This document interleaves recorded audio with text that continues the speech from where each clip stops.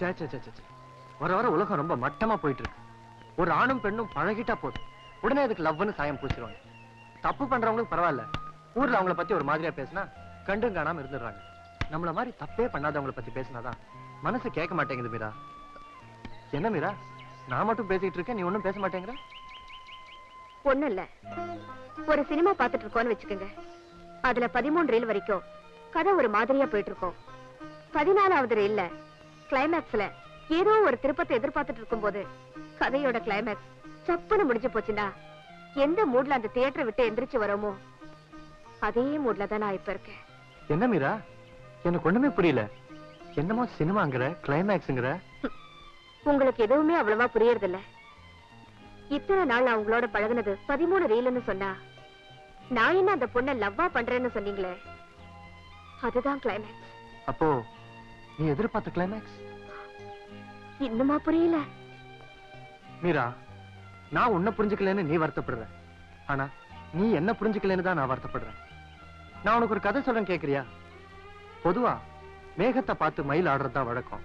அப்படி இருக்கும்போது நான் சொல்ல வர கதையில ஒரு மயிலும் மேகமும் உன்னோட ஒண்ணு பழகிட்டு இருந்ததா, அடிக்கடி சந்திச்சு பேசிட்டு இருந்ததா. அந்த மேகம் என்னடான்னா மனசுக்குள்ளேயே கற்பனைகளை வளர்த்துக்கிட்டு இருந்ததா.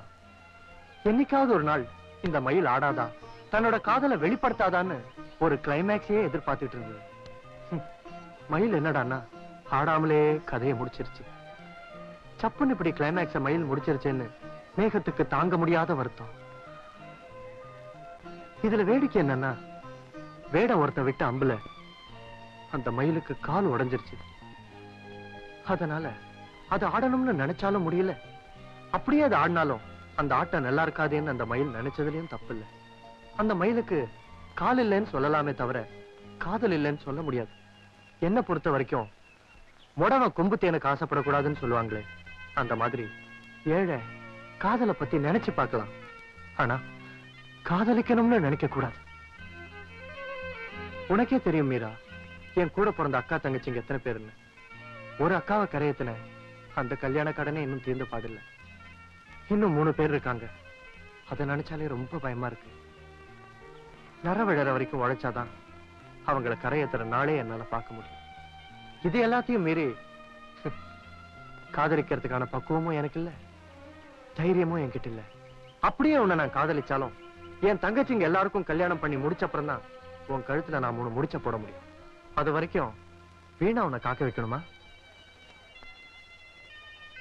எனக்காக உன் வாழ்நாளை வீணாக்கணுமான் தான் எனக்குள்ளேயே ஒரு எல்லை கோட்டை போட்டுக்கிட்டு அதை தாண்டி வர முடியாம தவிச்சுக்கிட்டு இருக்கேன்.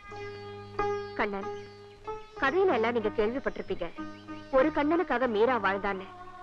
அதே மாதிரி இந்த கண்ணனுக்காக இந்த மீரா வாழக்கூடாதா?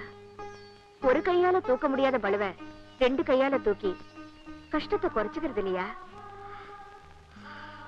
உங்களோட சேர்ந்து நீங்க சுமக்கிற சுமையை நானும் கொஞ்சம் ஏத்துக்கிட்டா உங்க பாரம் கொஞ்சம் குறையும் இல்லையா?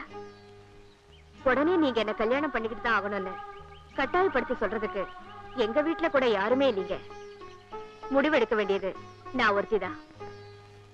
நீங்க எனக்கு தானே நிச்சயமாயிட்டா 1 வருஷம் இல்ல, உயிரோட இருந்தா 100 வருஷம் கூட உங்களுக்காக நான் காத்துக்கிட்டு இருப்பேன்.